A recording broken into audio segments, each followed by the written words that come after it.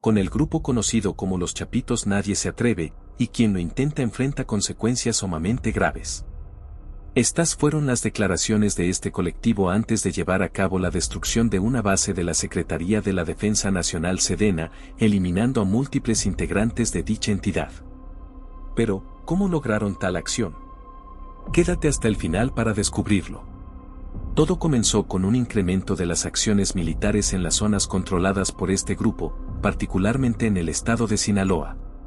Las autoridades habían intensificado los operativos destinados a capturar a los líderes del cártel, lo cual fue interpretado por los Chapitos como una amenaza directa hacia su dominio territorial y su preeminencia dentro del tráfico ilícito en México. Frente a este escenario, los líderes de la organización decidieron ejecutar un plan que minara las capacidades de la Sedena, enviando un mensaje claro sobre su disposición a confrontar directamente al aparato militar del gobierno mexicano. El asalto fue meticulosamente planificado durante varias semanas. Según reportes posteriores, los Chapitos emplearon una red de informantes infiltrados en diversas instituciones gubernamentales y de seguridad, lo que les permitió obtener datos precisos sobre los horarios, efectivos presentes en la base, patrones de vigilancia y medidas de seguridad. Esta información fue crucial para diseñar una estrategia detallada que combinaba un ataque frontal con tácticas de distracción para maximizar el impacto y reducir la posibilidad de una respuesta rápida por parte de las Fuerzas Armadas. El ataque comenzó en la madrugada de un viernes, aprovechando la vulnerabilidad relativa de la base en esas horas. Un convoy de vehículos blindados y equipados con armamento pesado, como ametralladoras, lanzagranadas y fusiles de asalto, se aproximó por rutas previamente supervisadas para evitar ser detectados. Antes de la ofensiva principal, se llevaron a cabo ataques simultáneos en retenes militares y estaciones de policía cercanas, obligando a las fuerzas de seguridad a redirigir sus recursos y dejando la base con menos efectivos. Cuando el convoy alcanzó la base, el enfrentamiento comenzó con una intensidad arrolladora. Los atacantes utilizaron tácticas de combate avanzado, desplazándose en pequeños grupos y aprovechando el terreno para neutralizar los puntos de vigilancia y defensa. A pesar de los esfuerzos de los guardias apostados, la superioridad numérica y armamentística de los atacantes les permitió superar rápidamente las defensas iniciales. El ataque, que duró varias horas, dejó a los soldados en una posición de desventaja significativa. Las bajas entre los militares fueron numerosas, y muchos se vieron obligados a replegarse.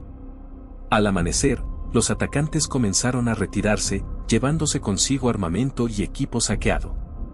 Antes de abandonar la base, dejaron mensajes desafiantes en las paredes, como, "El cártel manda y la chapiza controla Sinaloa". Por su parte, los Chapitos aprovecharon este hecho como propaganda, reforzando su imagen de invulnerabilidad y control en el ámbito del tráfico ilícito en México. En las semanas posteriores al ataque, la Secretaría de la Defensa Nacional, Sedena, emprendió una serie de operaciones destinadas a localizar y capturar a los responsables. No obstante, estos esfuerzos encontraron una resistencia feroz por parte de los Chapitos, quienes, aprovechando su conocimiento detallado del territorio y su extensa red de colaboradores, lograron eludir a las Fuerzas Armadas y continuar operando con una relativa inmunidad. Respuesta de la Sedena. Durante meses, los equipos de inteligencia de la Sedena trabajaron sin descanso para rastrear los movimientos y hábitos de los Chapitos.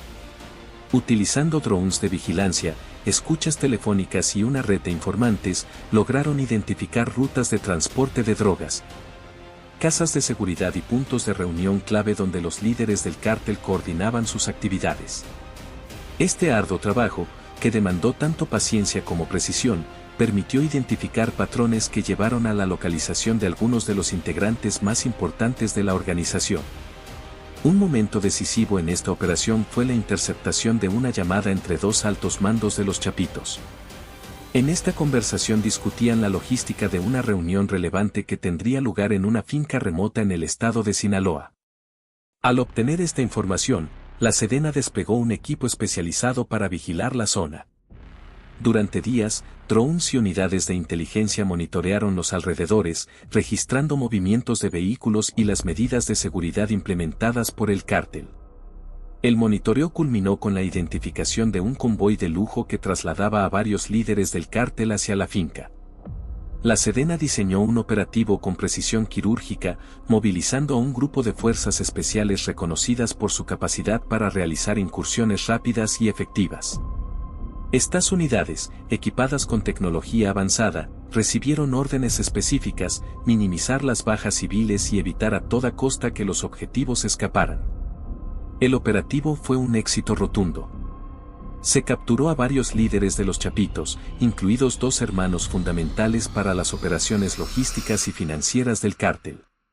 Además, se incautó un arsenal impresionante que incluía rifles de asalto, lanzagranadas, equipo táctico y una considerable cantidad de drogas listas para ser distribuidas. Este golpe representó una victoria tanto operativa como simbólica para la Sedena, pero también desató una serie de represalias por parte del cártel. En los días siguientes a las capturas, los integrantes del grupo bloquearon carreteras, incendiaron vehículos y atacaron estaciones de policía en un esfuerzo por liberar a sus líderes. Sin embargo, la Sedena había previsto estas reacciones y desplegó refuerzos en puntos clave, logrando contener la violencia. La inteligencia obtenida permitió a la Sedena llevar a cabo una serie de operativos adicionales. Uno de los más significativos consistió en la localización y desmantelamiento de un complejo industrial en el estado de Sonora, utilizado como centro de producción y distribución de metanfetaminas. Este complejo, situado en una zona remota y protegido por un pequeño ejército, representaba una de las principales fuentes de ingresos del cártel.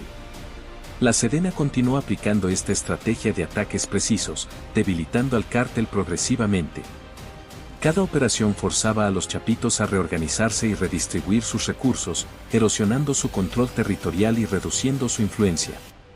Sin embargo, el daño estaba hecho, y la organización comenzó a mostrar signos de fractura interna, con algunos de sus líderes cuestionando las decisiones de los hermanos restantes. El comienzo del infierno. El régimen implementado por la Sedena no dejaba lugar para la dignidad humana. Los detenidos eran vigilados constantemente por guardias que no solo seguían órdenes, sino que parecían disfrutar de ejercer control sobre estos hombres que hasta hace poco aterrorizaban extensas regiones del país. Las humillaciones eran incesantes, con frecuencia, los obligaban a realizar tareas denigrantes, como limpiar los baños comunes con las manos desnudas o arrastrarse por el suelo frente a los oficiales. Estas acciones tenían como objetivo destruir cualquier vestigio de orgullo o resistencia que los prisioneros pudieran conservar. La comida, o lo que les proporcionaban como tal, se utilizaba también como una herramienta de tortura. Los detenidos recibían porciones mínimas, insuficientes para mantenerlos bien nutridos, y los alimentos a menudo estaban en malas condiciones, un método deliberado para debilitarlos físicamente. La desnutrición no solo deterioraba su salud corporal, sino que también erosionaba su resistencia mental, haciéndolos más susceptibles a los interrogatorios. Algunos, desesperados por algo más que pan duro y agua rancia, se ofrecían a cooperar a cambio de una comida decente, pero incluso en esos casos, la recompensa nunca llegaba. Los castigos físicos eran una constante. Ante la más mínima señal de resistencia o desafío, los guardias reaccionaban con una violencia implacable. Los golpes eran calculados, aplicados de manera que causaran el máximo dolor sin dejar marcas visibles que pudieran ser documentadas. Bastones, descargas eléctricas y puños eran herramientas habituales en este sistema de tortura. En ocasiones, los detenidos eran colgados de las muñecas durante horas, hasta que sus cuerpos cedían bajo el peso y el dolor. En otras, eran sumergidos en agua helada o expuestos a temperaturas extremas, todo con el propósito de quebrantar su voluntad y obligarlos a hablar. El aspecto psicológico de esta campaña de tortura era igualmente devastador. Los prisioneros eran privados de sueño de forma constante, despertados cada hora con luces brillantes o ruidos ensordecedores. Los guardias les susurraban amenazas en la oscuridad, afirmando que sus familias estaban en peligro o que nunca abandonarían esas celdas. En ciertos casos, los confinaban en habitaciones completamente oscuras durante días, dejándolos sin noción del tiempo o del espacio. Este aislamiento sensorial llevaba a muchos al borde de la locura. Los interrogatorios. El objetivo principal de todo este sistema de tortura eran los interrogatorios, tan brutales como los castigos físicos. Los detenidos eran llevados a salas especiales donde un equipo de interrogadores entrenados combinaba violencia física con manipulación psicológica. A menudo, les hacían escuchar gritos pregrabados que simulaban el sufrimiento de sus seres queridos o les mostraban fotografías falsificadas de sus familias siendo torturadas. Estas tácticas buscaban explotar sus temores más profundos y forzarlos a cooperar. Los métodos de tortura física durante los interrogatorios incluían técnicas como el submarino, en el que los detenidos eran asfixiados con agua, o descargas eléctricas aplicadas a extremidades y genitales. Estas prácticas estaban diseñadas para infligir el máximo dolor y quebrar incluso la resistencia más férrea. Los prisioneros que intentaban resistir enfrentaban castigos aún más severos, como la privación de alimentos y agua durante días o el confinamiento en posturas dolorosas por largas horas. Consecuencias físicas y mentales. Las lesiones se acumulaban rápidamente, pero el acceso a atención médica era mínimo. Los guardias solo intervenían cuando el prisionero estaba al borde de la muerte, no por compasión, sino para asegurarse de que sobreviviera lo suficiente para ser interrogado nuevamente. Con el paso del tiempo, muchos de los prisioneros comenzaron a mostrar signos de colapso mental, alucinaciones, ataques de pánico, pérdida de memoria y un miedo constante a lo que les esperaba. Algunos intentaron aferrarse a su lealtad a los chapitos, pero incluso los más fuertes terminaron cediendo ante la presión continua. Aquellos que finalmente cooperaban, ofreciendo información a cambio de alivio, descubrían una amarga realidad: su sufrimiento no terminaba. Los interrogadores, desconfiando de sus confesiones, continuaban aplicando tortura para confirmar los datos obtenidos. En algunos casos, los detenidos intentaron quitarse la vida, desesperados por escapar de su infierno personal. Sin embargo, los guardias estaban atentos y tomaban medidas extremas para evitarlo, negándoles incluso la posibilidad de poner fin a su sufrimiento. Impacto y controversia. A pesar de la brutalidad de este régimen, la información obtenida resultó crucial para las operaciones de la Sedena. Los prisioneros revelaron detalles sobre rutas de tráfico, ubicaciones de escondites de armas y drogas, y nombres de colaboradores tanto en México como en el extranjero. Esta inteligencia permitió a las Fuerzas Armadas ejecutar una serie de operativos exitosos que debilitaron aún más al cártel. Sin embargo, estos logros no estuvieron exentos de controversia.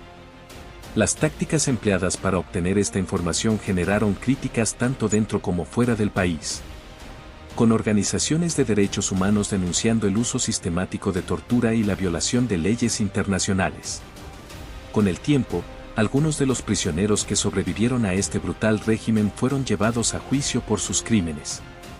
Sin embargo, muchos estaban tan física y mentalmente deteriorados que apenas podían participar en sus propios procesos legales. Sus apariciones en la corte, con cuerpos debilitados y miradas perdidas, se convirtieron en un símbolo del costo humano de la lucha contra el narcotráfico, no solo para las víctimas, sino también para los perpetradores. Y así llegamos al final de este video. Si te gustó, te invitamos a que nos des un me gusta para que podamos seguir creando más contenido como este. No olvides suscribirte a nuestro canal y activar la campanita de notificaciones para que no te pierdas ninguno de nuestros próximos videos. Te deseamos un gran día, hasta la próxima.